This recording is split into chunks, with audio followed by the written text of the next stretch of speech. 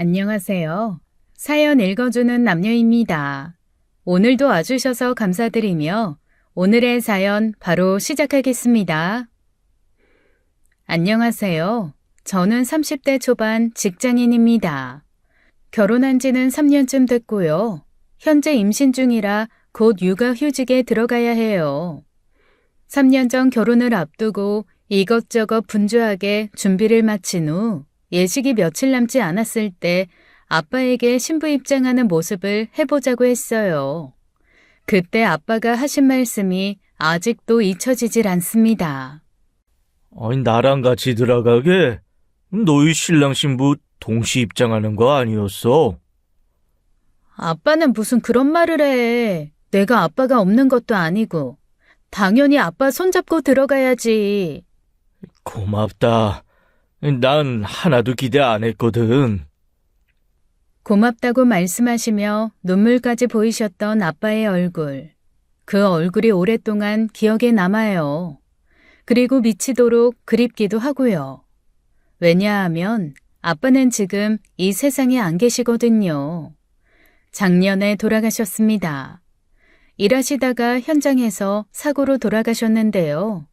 회사에서 근무 중에 아빠 사고 소식을 듣고 정신없이 달려갔는데 돌아가셨단 말에 정신을 잃고 쓰러졌어요. 가끔 TV 드라마에서 충격적 소식을 들었을 때 기절하는 장면을 보면서 실제로 저럴까 싶었는데 네, 제가 딱 그랬습니다.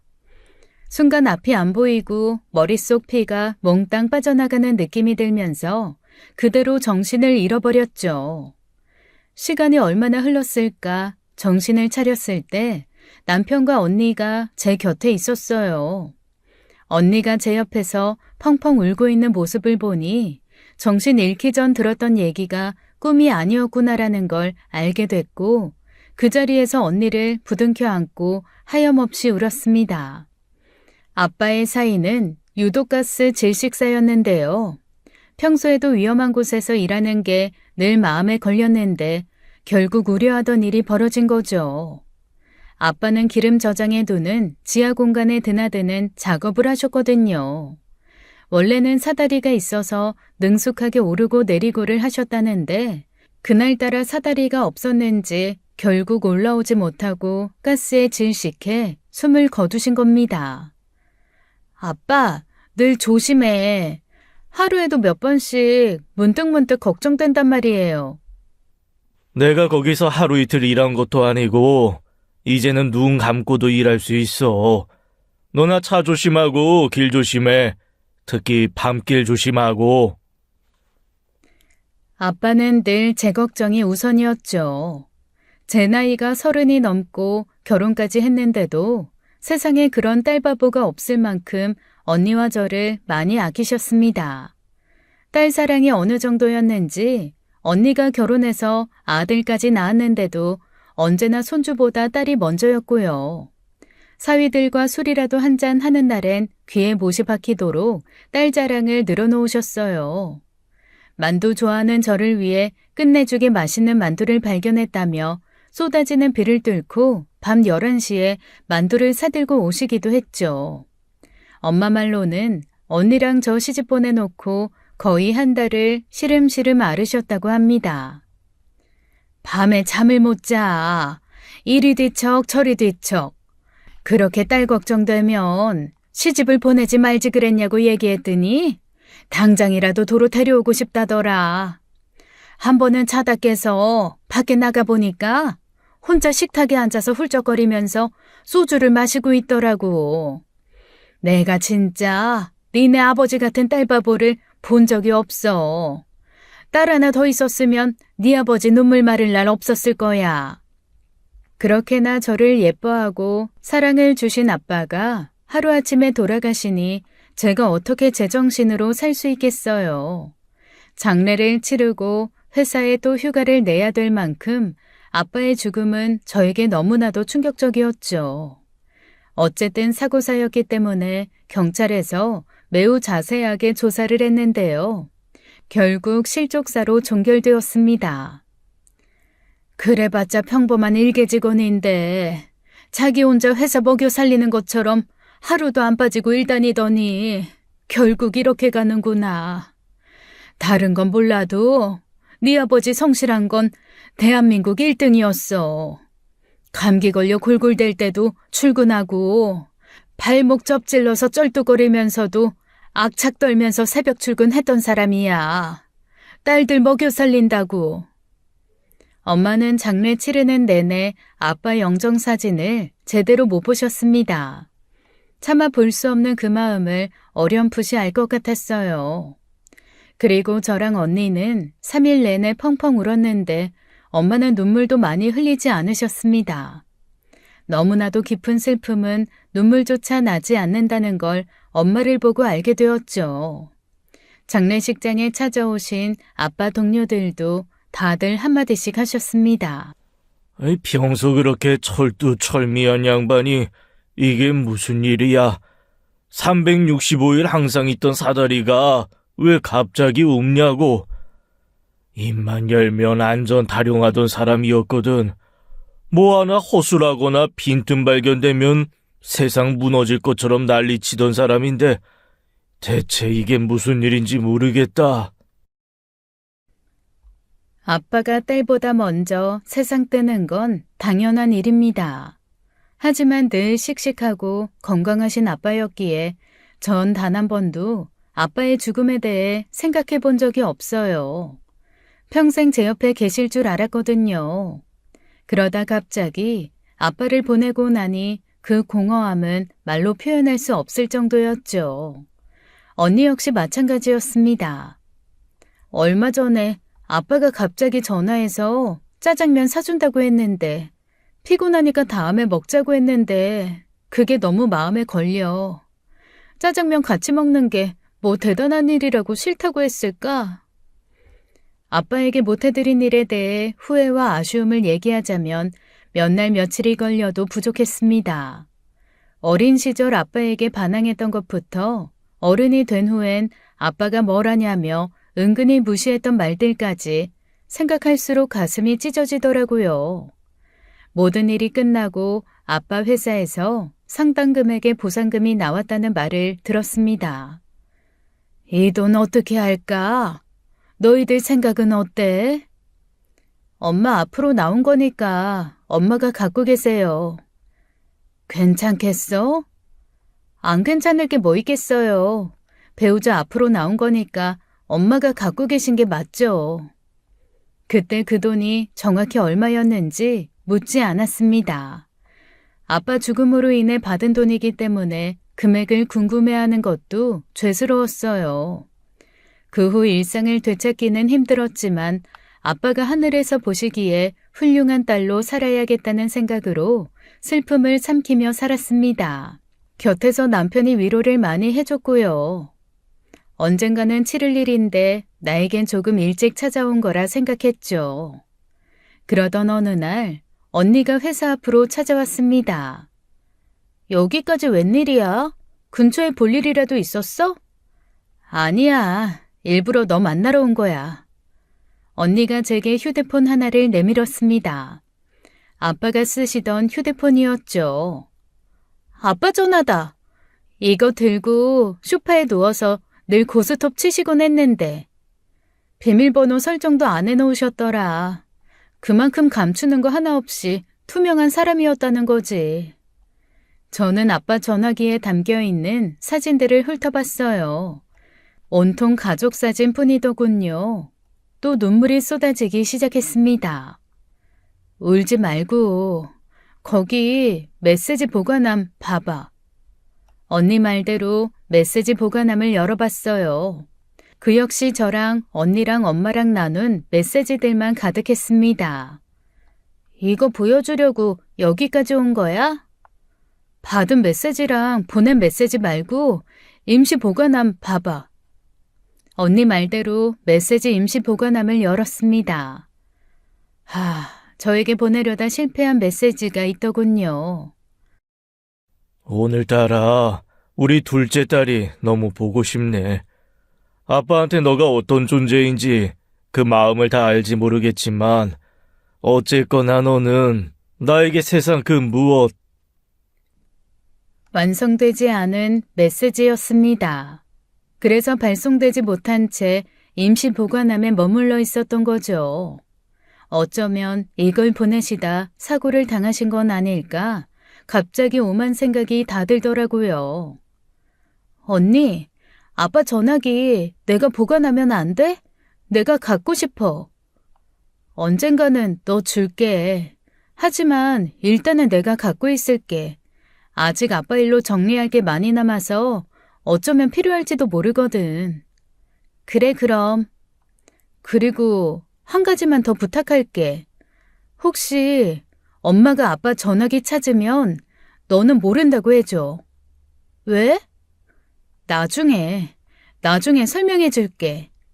아빠가 돌아가시고 4구제까지 치르자 그제야 현실을 인식할 수 있었습니다. 문득문득 아빠 생각이 나서 눈물을 흘리긴 했지만 어떤 자식인들 부모님 떠나보내고 안 그러겠어요. 앞으로는 남은 엄마에게 잘해야지. 그리고 시댁 어르신들께도 최대한 잘해야겠다는 결심을 했습니다. 그래서 아이를 가져야겠다는 생각을 했죠. 손주 낳아드리는 것만큼 큰 효도는 없으니까요. 엄마, 나 아이 가지려고. 벌써? 뭐가 급해서 서둘러? 1살이라도 빨리 낳는 게 좋다며. 아빠 계실 때 낳아드렸어야 되는데 가시고 나니까 너무 후회돼. 그래서 시댁 부모님한테도 또 엄마한테도 빨리 손주 안겨드리려고. 하지만 엄마의 반응은 제가 예상했던 것과 많이 달랐습니다. 너희 시부모님은 몰라도 나는 그냥 그래.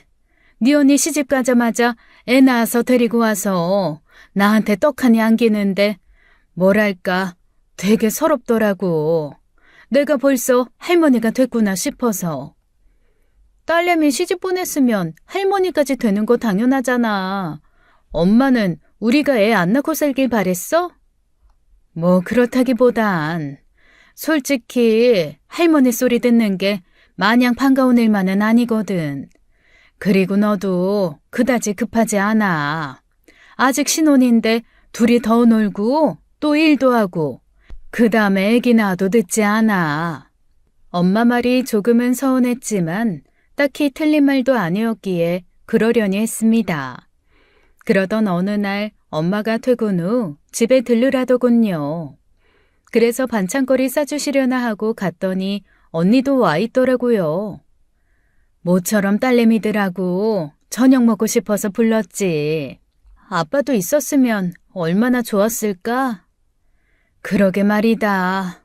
뭐가 그렇게 급하다고 홀랑 가신 건지. 우리 엄마 진짜 딸들하고만 밥 먹고 싶었나 보네. 큰사위 따라오겠다는 것도 그 꿈 말리고. 엄마 말대로 모처럼 여자 셋만 식탁에 앉아있으니 기분이 묘하더군요. 한편으로는 마음 한켠이 따뜻해지는 걸 느끼기도 했어요.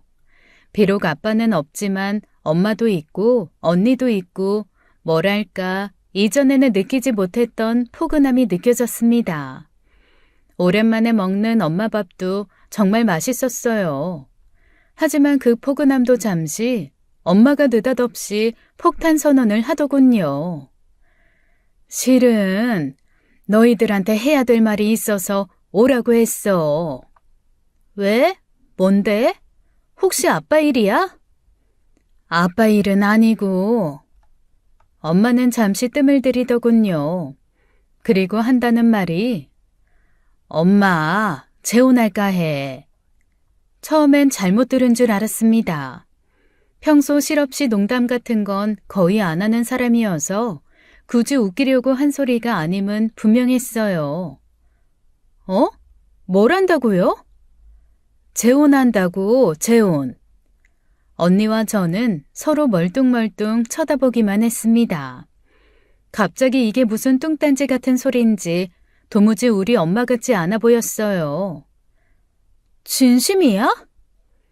너희들 입장에선 농담처럼 들릴 수 있겠지. 하지만 진심이야. 누구랑? 누구랑 재혼을 할 건데?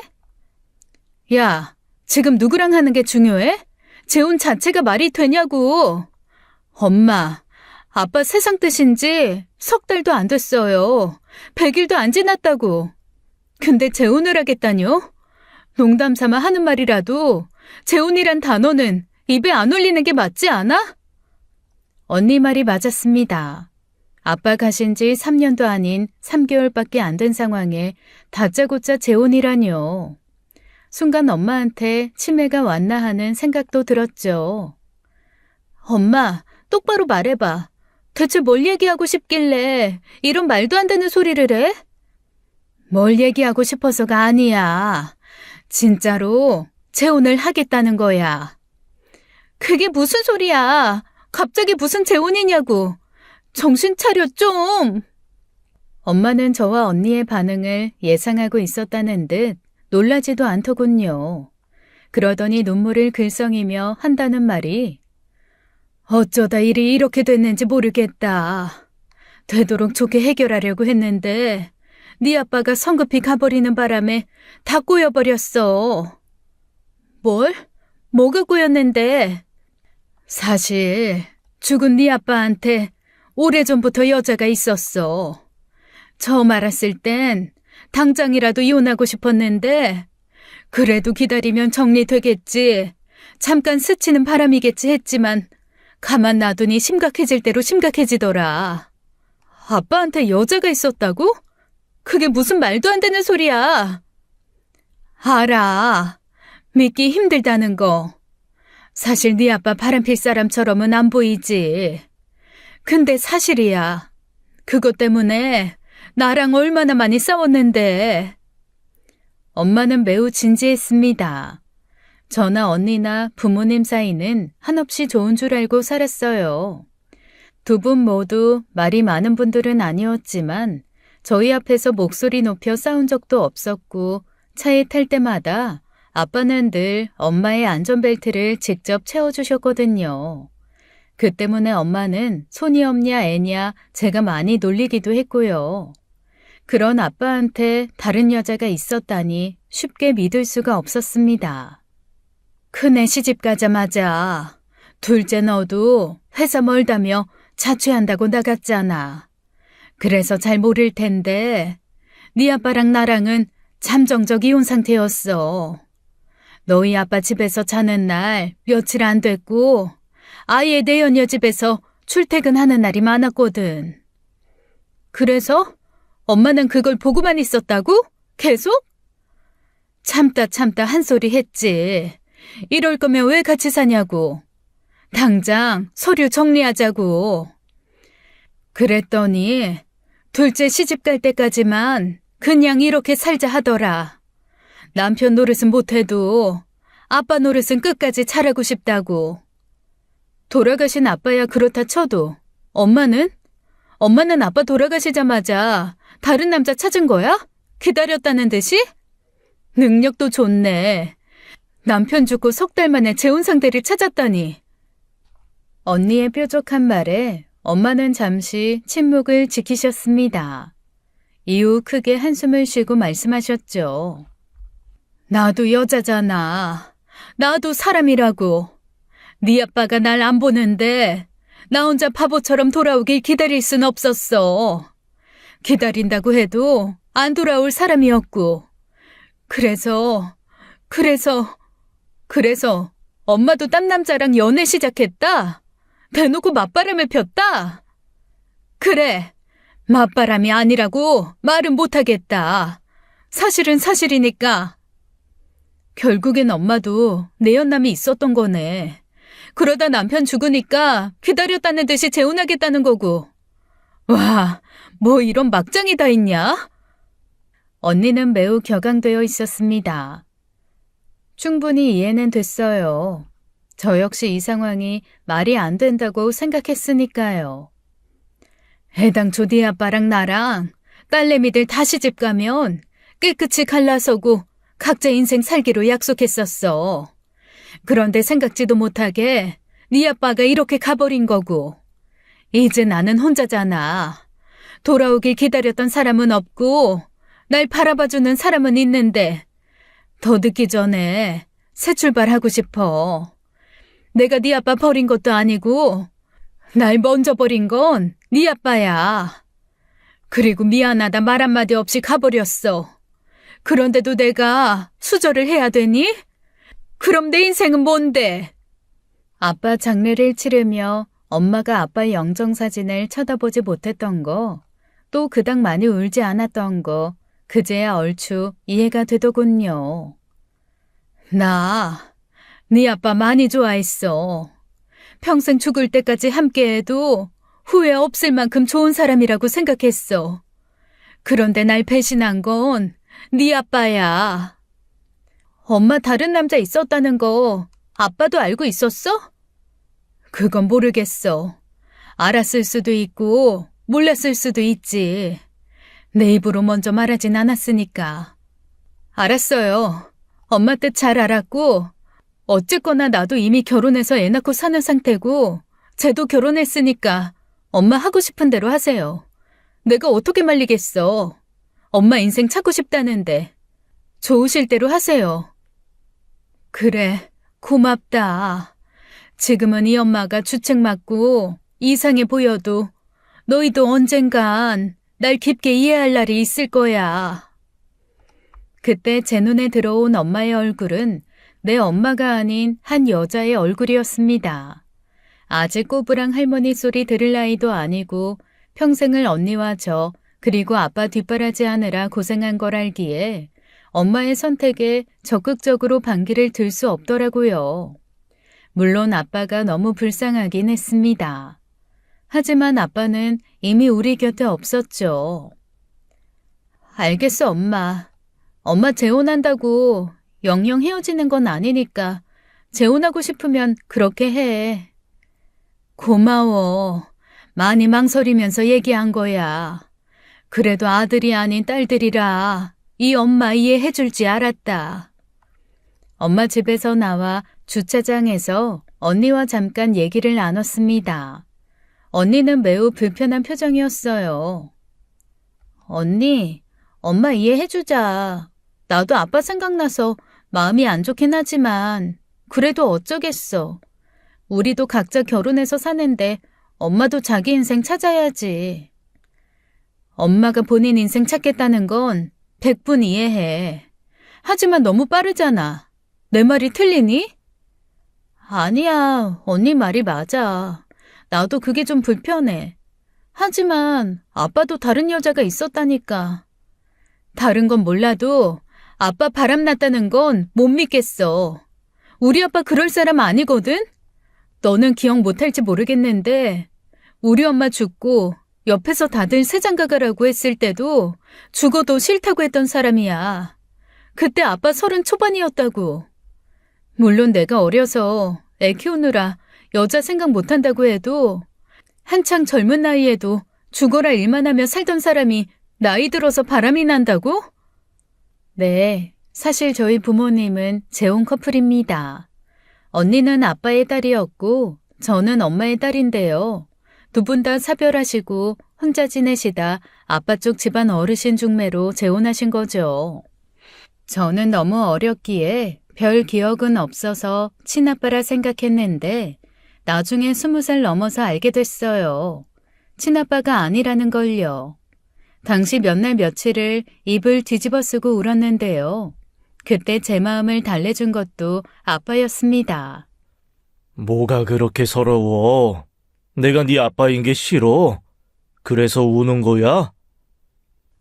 아니야, 그런 게 아니고. 지금까지 아빠랑 사는 거 싫었어? 아니요? 근데 왜 울어? 바뀌는 거 하나도 없는데 앞으로 영원히 죽을 때까지 나는 네 아빠고 너는 내 딸이야. 법적으로도 확실하고 무엇보다 아빠 마음이 확실해. 너는 영원히 내 딸이야. 아빠는 그 어떤 아빠보다 저에게 잘해주셨습니다. 또 언니도 친구들 언니 못지않게 저와 끈끈한 정을 쌓으며 살았죠. 시샘이나 질투 같은 건 전혀 없었어요. 먹는 것 때문에 싸우고 옷 때문에 싸우는 일이 아주 없진 않았지만 여느 친자매 못지않게 세상 둘도 없는 언니 동생 사이였습니다. 너가 오해한다고 해도 할 말은 없지만 난 우리 아빠 믿어. 언니, 왜 자꾸 우리 아빠라고 해? 내가 남이야? 아빠는 내 아빠기도 해. 엄마도 언니 엄마잖아. 맞아. 아빠도 믿고 엄마도 믿지만 아무리 생각해도 아빠한테 다른 여자가 있었다는 건 믿을 수 없어. 그럼 엄마가 거짓말한다는 거야? 날 힘들게 하는 점이 바로 그거야. 너는 엄마가 진실을 말하는 거라고 생각하지? 솔직히 난 못 믿겠거든. 네 입장에서 엄마가 나의 새엄마라서 그러는 거라 생각한다면 그래, 전혀 아니라고는 못하겠다. 언니! 일단 오늘은 여기까지만 하자. 충격적인 얘기를 들었더니 머리가 너무 아프다. 나 먼저 갈게. 그렇게 언니가 가버리고 저는 한동안 멍하니 서 있었어요. 엄마의 말이 충격적이기도 했고 살면서 언니하고 그런 예민하고 심각한 대화를 나눈 건 처음이었거든요. 그동안 단 한 번도 남이라 생각하지 않았습니다. 늘 내 편이었고 내 가족이었고 따지고 보면 피 한 방울 안 섞인 사이지만 피부치 못지않게 끈끈했거든요. 언니와 저는 외모가 전혀 다르게 생겼습니다. 당연한 얘기죠. 엄마와 아빠 모두 달랐으니까요.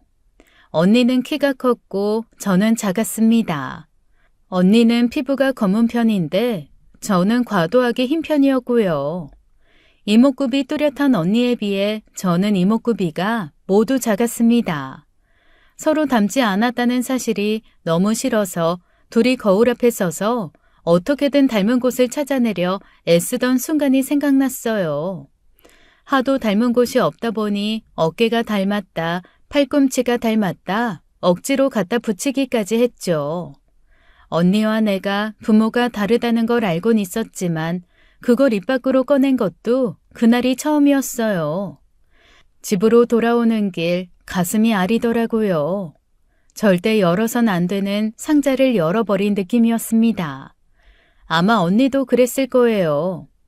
하지만 그동안 암묵적으로 금기시했던 엄마 아빠 얘기를 끄집어냈다는 건 언니 입장에선 그만큼 화가 많이 났다는 뜻이기도 했습니다. 거의 매일 통화하다시피 했었는데 그날 이후 3일간 연락이 없었죠. 먼저 연락해볼까 했다가도 괜히 망설여졌고 언니도 용기를 못 내고 있을 거라 생각이 들었습니다. 그리고 며칠 후 엄마가 또 집에 들르라더군요.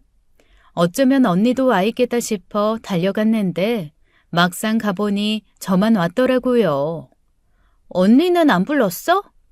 네 언니는 엊그제 왔다 갔어. 나랑 대판 싸우고 가버렸다. 언니랑 싸웠다고?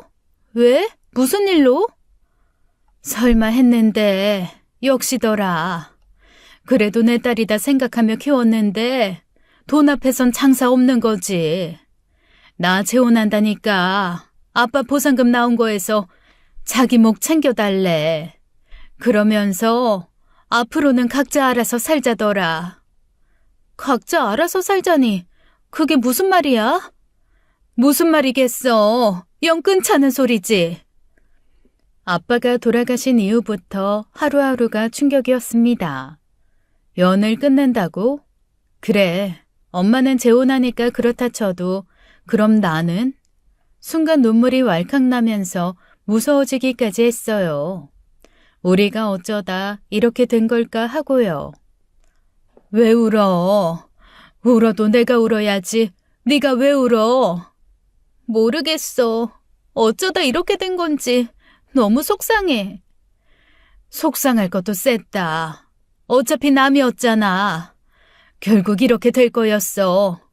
그러니까 괜히 눈물바람 일으키지 마. 나는 아빠도 언니도 남이라고 생각한 적 없어. 너는 그랬을지 몰라도 걔는 안 그랬던 거야. 내가 지를 어떻게 키웠는데 이제 와서 돈만 챙겨가? 사실 네 친아버지 떠난 다음에 너 데리고 먹고 살 길 막막하던 차에 그래도 아직 젊으니까 애 데리고 팔자 고치라고 어른들이 하도 성화여서 마지못해 네 아빠랑 살게 된 거야. 낸들 남의 자식 거두고 싶었겠니? 남의 자식 거둔 건 아빠도 마찬가지잖아. 나도 아빠 자식 아니었잖아.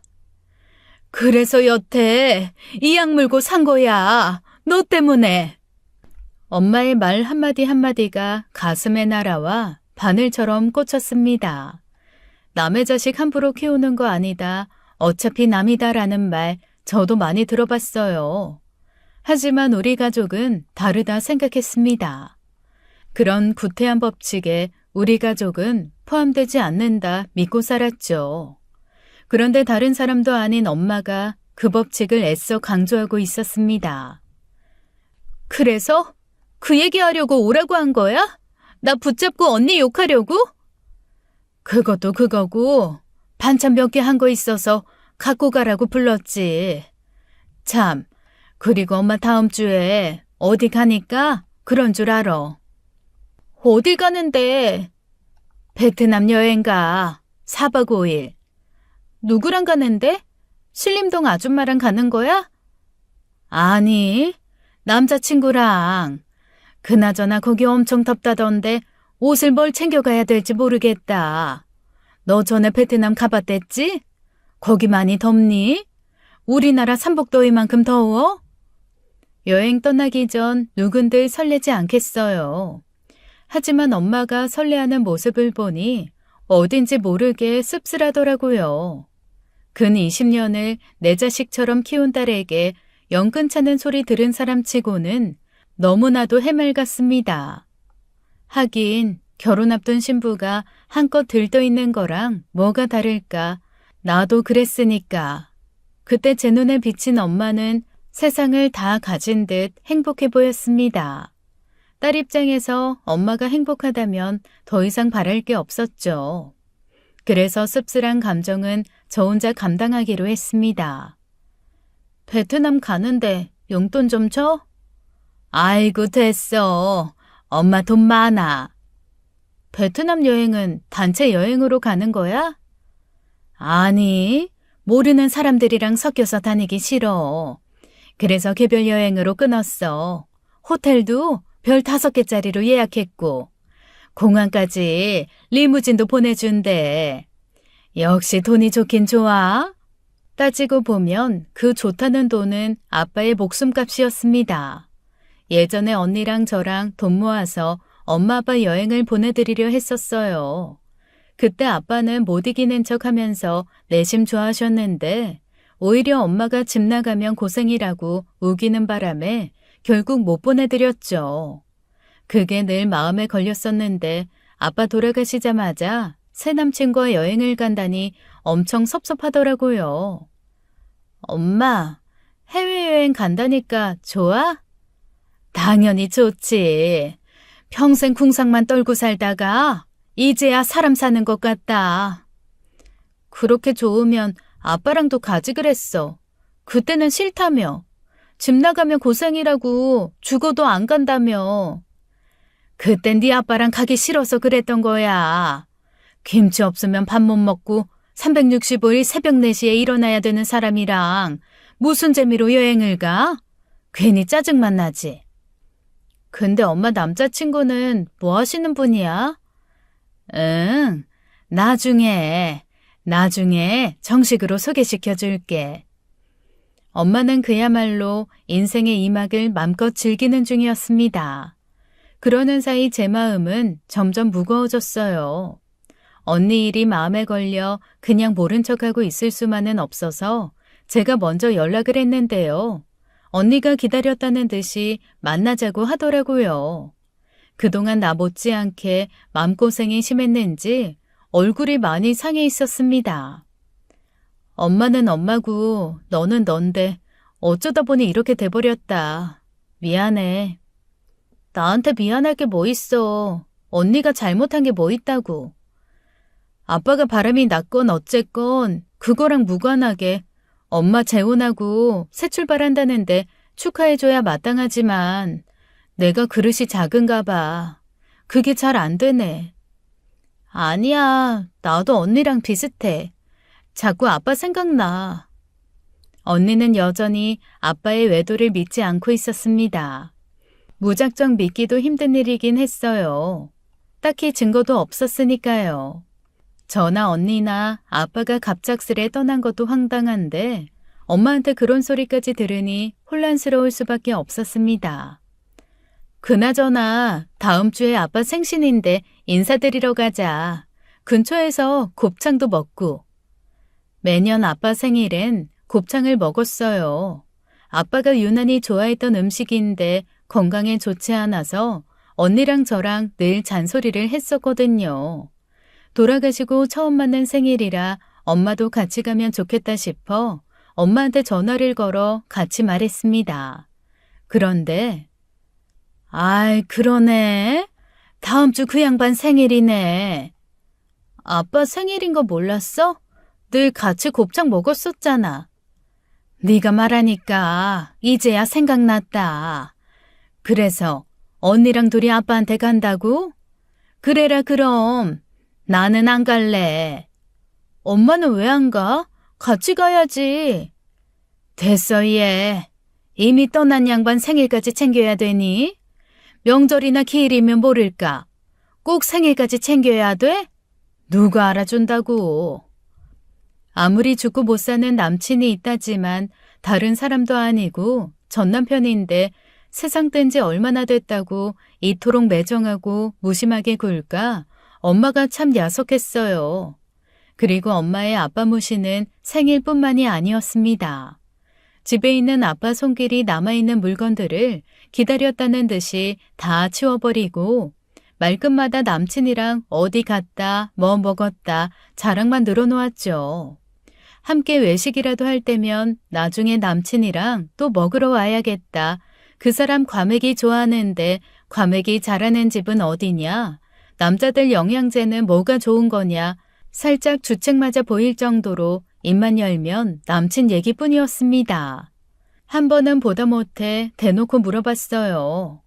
아빠 생각은 전혀 안 나냐고. 그립지도 않냐고. 왜 생각이 안 나겠어. 나도 사람인데. 그치만 전에도 말했듯이 네 아빠랑 나랑은 심적 이혼 상태였다니까. 잠도 따로 자고 식사도 같이 안 하고 말도 안 섞고 살아서 그나마 남아있던 정까지 싹 다 떨어진 상태였어. 완전 남남이었다고. 엄마는 또 왜 저러나 싶을 만큼 돈을 펑펑 쓰고 다니셨어요.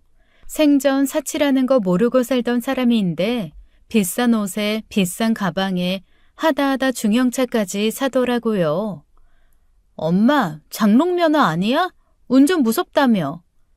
굳이 내가 운전할 거 뭐 있니? 그 사람이 운전하면 되는데.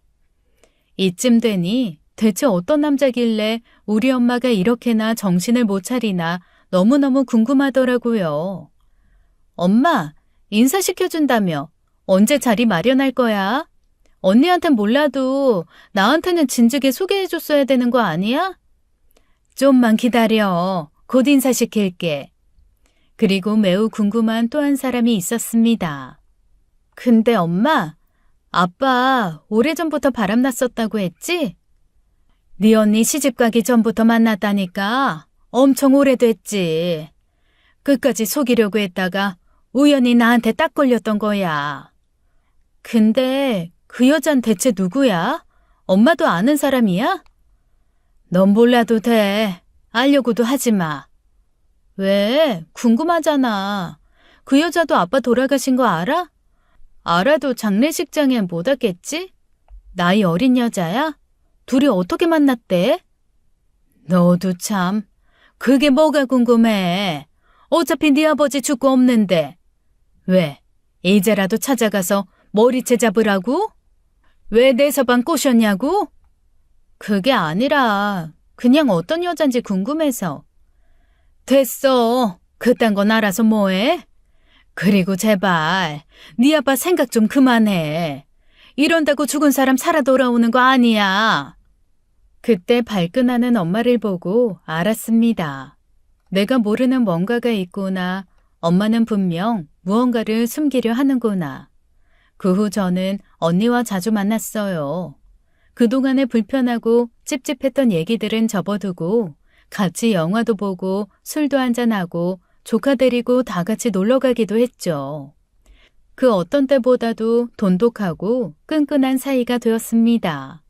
달달한 연애에 빠진 엄마를 대신해 언니는 든든한 친정엄마 역할까지 해주었어요. 임신 준비한다며? 한동안 몸에 좋은 거 잘 챙겨 먹고 네 신랑도 되도록 술자리 피하라고 해. 그리고 다음 주에 시아버지 생신이랬지? 내가 너희 집으로 한우 보냈으니까 시댁 갈 때 갖고 가서 아버님 구워드려. 보살핌을 받는 입장도 행복했지만 언니는 하나밖에 없는 동생이라고 저를 세심하게 챙겨주면서 그 만족감으로 행복을 느끼는 것 같았습니다. 새삼 느꼈어요. 나는 참 복이 많은 사람이구나. 그리고 이거 이제 너 줄게. 진즉에 주려고 했는데 까먹고 있었어. 그때 언니가 건네준 건 아빠의 휴대폰이었습니다. 아무것도 손대지 않았고 아빠가 쓰시던 그대로야. 네가 잘 간직해. 전화기를 받아들고 며칠간은 열어볼 용기가 나질 않았어요. 분명히 눈물 쏟을 게 뻔했으니까요. 그리고 며칠 후 남편이 몸살기 있다고 일찍 잠에 들었길래 저 혼자 식탁에 앉아 아빠의 휴대폰을 열어봤습니다. 휴대폰 뒷면 조카가 붙여준 토끼 모양의 스티커가 방긋 웃고 있더군요. 지금은 구하려고 해도 구할 수 없는 아주 오래된 구형 휴대폰인데 성능 좋은 신형으로 바꿔줄 거라는 후회가 밀려와 제대로 열어보기도 전에 눈물이 흐르더군요. 배경화면에는 엄마와 다정하게 찍은 사진이 깔려 있었어요. 잠정적 이혼 상태였다. 이미 남남이나 다름없었다던데 왜 이런 사진을 배경화면에 깔았을까? 누군지는 모르지만 아빠의 내연녀도 이 사진을 봤을 텐데 그 여자 기분은 어땠을까? 이렇게 다정한 부부 사이에 금을 가게 만들어 놓고 그 여자는 지금 어디서 어떻게 살고 있을까? 그리고 대체 그 여자는 누굴까? 그때 문득 어쩌면 아빠 전화기에 그 여자의 흔적이나 정보가 남아있을 수도 있다는 생각이 들더군요. 그래서 일단 사진첩을 낱낱이 살폈어요. 반 이상은 아빠 일하던 곳 현장을 찍은 사진들이었고 나머지는 언니와 조카 그리고 저와 남편 사진이었습니다. 엄마 생일에 제가 직접 끓여준 미역국 사진도 있었고 언니가 조카를 낳았을 때 퉁퉁 부은 얼굴로 조카를 안고 있는 모습도 있었죠. 아빠와 함께했던 모든 순간이 그리웠습니다. 그리고 소중한 순간을 담고 싶어 낡은 휴대폰으로 사진을 찍었을 아빠의 모습도 그려졌죠. 그중 한 가지 이상했던 건 베란다에 빨래를 널고 있는 엄마 사진이었는데요. 엄마가 사진 찍히는 걸 알고 인상을 팍 쓴 모습이었습니다.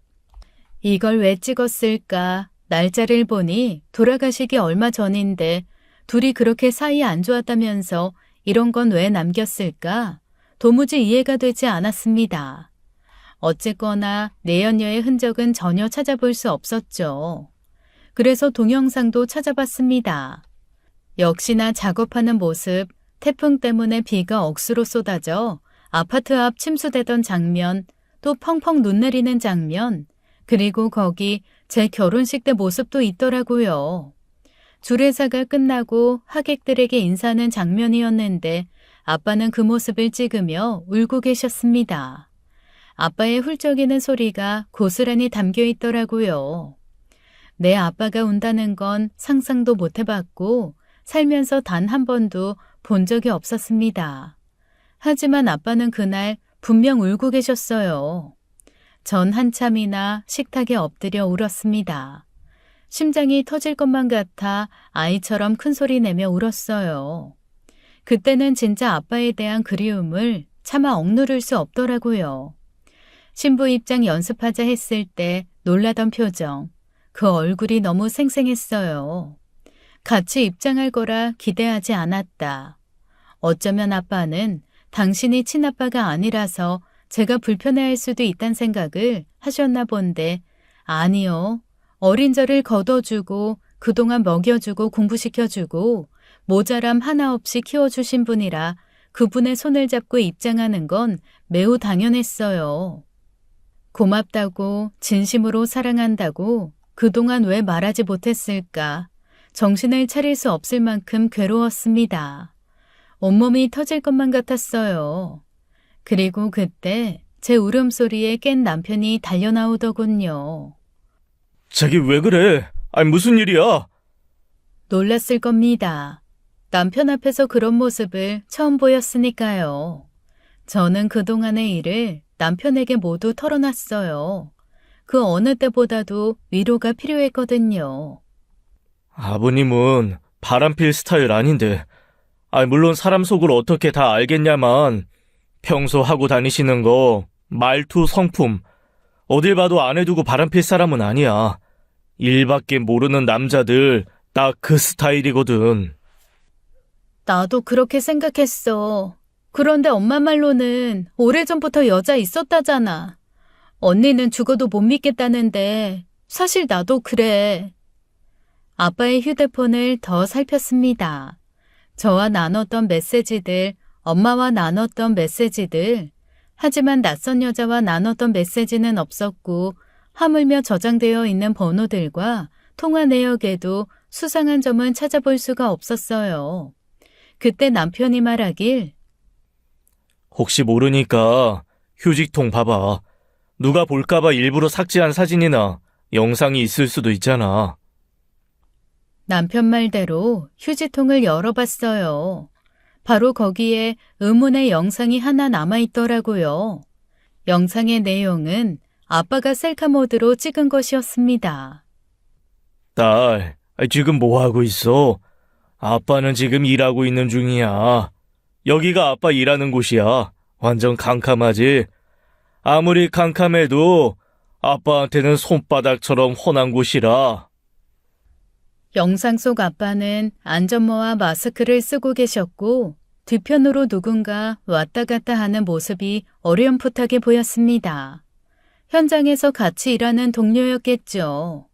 그런데 바로 그때 뒤편에 있던 사람이 스물스물 아빠에게 다가오더라고요. 그리고 갑자기 영상이 멈췄습니다. 촬영된 날짜를 확인했어요. 네, 바로 그날이더군요. 아빠가 사고를 당한 그날이요. 다시 말해 아빠의 마지막 모습이자 어쩌면 그날 사고의 진실이 담긴 영상일 수도 있었습니다.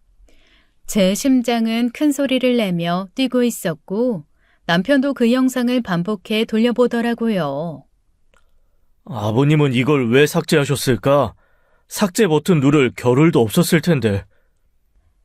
자기야, 나 무서워. 일단 이 영상 자기 휴대폰으로 보내고 서둘러 경찰에 신고하자. 신고했는데 별거 아니라고 하면? 별거 아니라 해도 신고는 해봐야지. 그때 단순 추락사, 질식사로 결론 났었잖아. 근데 이거 보면 아니잖아. 뭔가 나는 결론이 날 수도 있을 거 아닌가? 뒤에 있는 이 사람이 누군지는 모르겠지만 사고 현장에 있던 사람이잖아. 명백한 목격자야. 그때 목격자 있었다는 말 없었잖아. 솔직히 망설여졌습니다. 먼저 언니랑 상의해야 되나 하는 생각도 들었고요. 무엇보다 진실이 밝혀지는 게 두려웠습니다. 진실이 밝혀지는 게 왜 두려웠는지 생각해 보니 알 수 없는 공포였죠. 뭔가 큰일이 벌어질 것 같은 이상한 예감이 들었거든요. 하지만 아무리 두려워도 반드시 밝혀야 되는 게 진실이었습니다. 전 그 길로 남편과 함께 관할 경찰서에 찾아가 아빠의 휴대폰을 보여줬어요. 재수사에 들어간다는 연락을 받고 말없이 기다렸습니다. 엄마에게도 언니에게도 말하지 않았어요. 어떤 결과가 나오더라도 겸허히 받아들이고 인정할 준비를 하고 있었습니다. 며칠 후 엄마에게 연락이 왔어요. 아빠 전화기 네가 갖고 있었어? 그건 왜? 왜긴 왜야? 그거 너가 경찰서 갖다 준 거야? 왜 나한테 상의도 없이 그런 짓을 해? 엄마, 그런 짓이라니. 대체 어디서 무슨 소리 들었길래 나한테 화를 내? 너 내 딸 맞아? 어떻게 딸년이 엄마 앞길을 망쳐? 엄마는 매우 흥분된 상태였고 왜 그렇게 화를 내는지에 대해선 어떤 설명도 없었습니다. 그리고 얼마 후 경찰서에서 연락이 왔죠. 아빠를 죽게 한 범인을 검거했다고요. 범인은 바로 아빠의 회사 동료 김 씨였습니다. 아빠가 자주 얘기하던 사람이었어요. 김 씨랑 술 한잔 했다. 김 씨랑 말다툼했다. 그래도 김 씨만큼 자기를 알아주는 사람도 없다. 아빠랑 오래된 사이였고 언니 결혼식에도 제 결혼식에도 왔었던 사람이죠. 그런 사람이 왜 우리 아빠를 사지로 몰았을까? 내 아빠가 뭘 잘못했길래. 하마터면 아버님만 억울하실 뻔했네요. 어젯밤에 김 씨가 다 자백했습니다.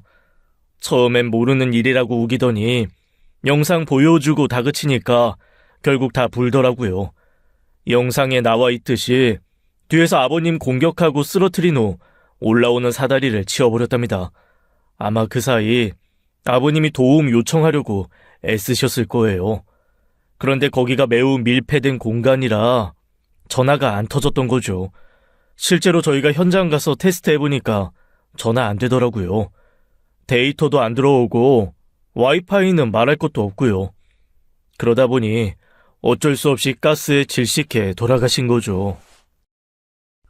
그때 아빠가 영상을 찍고 있었고 그걸 범인도 알았을 텐데요. 그러면 전화기 없애려고 하지 않았을까요? 왜 전화기를 그냥 뒀을까요? 저희도 그 점이 의아했는데 이 영상 아버님이 삭제하셨던 거라면서요. 그러니 범인이 영상 목록에 남지 않았고 아마 그것만 확인하고 안심했나 봐요. 남지 않았구나. 자기 모습 찍힌 영상은 없구나 하고 그냥 거기에 두고 간 거죠. 딴에는 철저하게 확인했다고 생각했겠지만 범행 저지르고 우왕좌왕하면서 치밀하지 못했던 것 같습니다. 어쨌든 그 덕에 범인 잡게 된 거고요. 따님 덕분입니다. 이 전화기 갖다 주지 않았으면 그냥 묻힐 사건이었거든요. 아무튼 큰일 하셨습니다. 저희가 먼저 휴대폰 살펴보고 조사했어야 됐는데 죄송합니다. 아빠 죽음에 대한 진실이 밝혀지는 순간이었습니다. 그 안에서 가스에 질식해 고통스러워했던 아빠의 모습이 떠올라 미칠 것만 같았죠. 믿었던 동료였을 텐데 그런 사람에게 배신당하고 서서히 숨을 거뒀을 아빠. 생각할수록 죽고 싶을 만큼 고통스러웠습니다. 그런데 아빠를 배신한 사람은 김 씨뿐만이 아니었어요. 담당 형사와 얘기를 나누던 도중 낯익은 얼굴의 사람이 들어오더군요. 수갑을 차고 저를 멍하니 바라보고 있는 사람, 엄마였습니다. 엄마 이게 뭐야? 여긴 왜 온 거야? 엄마의 입은 굳게 닫혀 있었지만 눈으론 저를 매우 무섭게 노려보고 있었어요. 어머니가 공범이십니다. 정확히 말하면 김 씨 범행을 사주하신 분이시죠. 꿈을 꾸고 있나 하는 생각이 들었습니다. 이게 대체 어떻게 된 일인지 모든 게 엉켜있는 것만 같았죠. 김 씨랑 어머니가 범행을 공모하셨어요. 김 씨가 다 자백했습니다. 두 사람이 사전에 치밀하게 계획을 세우고 사고로 위장하려 했던 거죠. 알고 보니까 두 분이 내연관계더라고요. 그동안 전혀 모르셨죠? 그랬습니다. 엄마가 그토록 자랑하고 챙기던 남자친구, 아빠 돌아가시자마자 서둘러 재혼하려 했던 사람, 그 사람이 바로 김 씨였고 그 사람이 바로 우리 아빠를 죽인 범인이었어요. 엄마, 형사님 말이 사실이야? 진짜냐고? 말 좀 해봐. 사실이겠지. 보고도 몰라? 내 손에 수갑 채워져 있는 거? 아빠 전화기 경찰에 넘겼다고 길길이 뛰며 화를 냈던 이유가 바로 이거였던 겁니다. 그러니까 일부러 아빠 죽이고 그 남자랑 살려고 했던 거야? 아빠 목숨값 받아서 펑펑 쓰면서 살려고? 그래, 그러고 싶었어. 더 늦기 전에 누릴 거 다 누리고 싶었다고. 나 예쁘다고 물고 쓰다듬어주는 남자랑 남 부럽지 않게 놀러 다니며 돈 펑펑 쓰면서 살고 싶었어. 왜? 나는 그렇게 살면 안 돼? 그렇다고 사람을 죽여? 다른 사람도 아닌 남편을? 귀찮았어. 꼴보기 싫었어. 네 아빠만 없으면 행복할 것 같았어. 그게 다야. 너도 필요 없고 네 언니도 필요 없고 오로지 내 행복만 찾고 싶었어.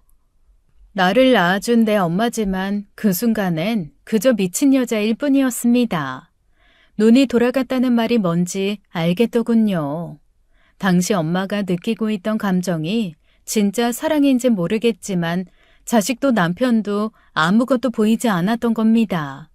느지막이 찾아온 달콤함이 한 여자를 괴물로 만들어버린 거죠. 그래서 아빠를 몹쓸 인간으로 만든 거야? 처자식 두고 여자에 빠져 정신 나간 사람으로? 애당초 그런 여자 있지도 않았잖아. 정작 바람난 건 엄마였잖아. 그래, 그랬다. 나 바람났어. 근데 그 바람이 너무 좋더라. 여름날 시원하게 불어오는 바닷바람보다 좋았고 가을날 불어오는 강바람보다 좋았어. 말도 못하게 좋았어. 그래서 계속 그 바람 느끼고 싶었어. 그게 다야. 그게 전부라고. 맘 같아서는 뒤도 안 돌아보고 도망쳐 나오고 싶었습니다. 저 인간 당장이라도 감옥에 가두라고 말하고 싶었어요. 하지만 어쩔 수 없는 엄마의 딸이었습니다. 저도 모르게 달려가 엄마를 껴안고 펑펑 울었어요. 엄마도 미친 듯이 울고 있더군요. 바람나 정신줄 놓고 범죄를 저지른 엄마. 그 때문에 사랑하는 아빠를 잃은 나. 하지만 그 순간만큼은 있는 그대로의 엄마와 딸이었습니다. 나는 아빠 전화기 속에 뭐가 들었는지 꼼꼼히 보지 않았어. 못 보겠더라고. 손에 들고 있는 것만으로도 가슴이 아팠거든. 모든 진실이 밝혀진 후 언니는 의외로 담담한 모습이었습니다. 언니 말이 맞았어. 아빠는 바람 같은 거 안 폈던 거야. 바람이 난 건 오히려 내 엄마였지. 내 엄마라는 말을 왜 해? 내 엄마기도 해. 물론 나 엄마 용서 못해. 하지만 이 일로 너랑 나까지 멀어지는 건 싫어. 그저 죄 지은 사람은 벌 받으면 되고 남은 사람은 살던 대로 살면 되는 거야. 어쨌든 네 덕에 아빠 억울함이 풀리게 됐어. 고마워. 고마워할 거 없어. 내 아빠 일이잖아. 아빠 억울함 풀어져서 나 역시 누구보다도 다행이라고 생각해. 모든 게 밝혀졌지만 너나 나나 아빠도 엄마도 모두 잃었다는 게 가장 슬프다. 몇 년 전 언니 결혼식 날 형부 쪽 친지 되시는 분들끼리 지나가는 말로 하셨던 얘기가 생각났습니다. 신부 측 직계가족 사진 찍는다길래 준비하는데 자매가 참 다르게 생겼네. 큰딸은 아빠 판박이고 둘째 딸은 엄마랑 똑 닮았어. 그럴 수도 있지 뭐. 근데 참 보기 좋다. 생긴 게 보기 좋은 게 아니고 내 식구 표정이 참 좋아. 나도 나이가 드니까 예전엔 안 보이던 게 이젠 다 보여. 화목한 집안에서 자란 애들인지 아니면 불화가 많은 집에서 자란 애들인지 또 부부 표정만 봐도 알겠더라. 사이가 좋은 부부인지 아니면 죽지 못해 사는 부부인지. 저 집 가족들은 참 화목하게 지낸 것 같아. 서로 챙겨주고 바라보는 눈빛이 다르잖아. 딸들이 엄마 아빠한테 엄청 효도할 것 같아. 그 얘기를 듣고 얼마나 으쓱했는지 몰라요. 그리고 결심도 했죠. 그분 말대로 최선을 다해 효도하겠다고. 그런데 제대로 된 효도도 하기 전에 그 화목했던 집안이 풍비박산 나고 말았습니다. 물론 언니나 저나 새로운 가족이 생겼지만 나의 근본, 나의 영원한 마음의 고향이 사라져버려 가슴이 찢어질 듯 아픕니다. 언니 역시 저 못지않겠죠. 그래서 저희끼리 더 돈독해질 수밖에 없었고요. 빨리 잊자, 잊어보자. 그리고 서둘러 애기 가져. 받는 사랑은 사라졌지만 주는 사랑을 새로 만들면 되거든. 어쩌면 그게 더 가치 있을 거야. 엄마가 수감되고 아빠에 대한 유산 상속권이 사라지면서 모든 재산은 저와 언니 몫이 됐습니다. 언니는 그걸 저에게 정확히 반으로 나눠주었죠. 너도 엄연한 아빠 딸이잖아. 그러니까 정확히 반으로 나눠야지. 아빠가 주신 것도 반으로 나누고 엄마에 대한 아픔도 반으로 나누고. 이제 저는 곧 출산을 앞두고 있습니다. 요즘 저보다 언니가 더 바빠요. 조카 태어난다고 자기가 다 알아서 준비하겠다며 저에게 무조건 누워 있으라고만 하네요. 저는 아빠에게 받은 사랑이 너무나도 큽니다.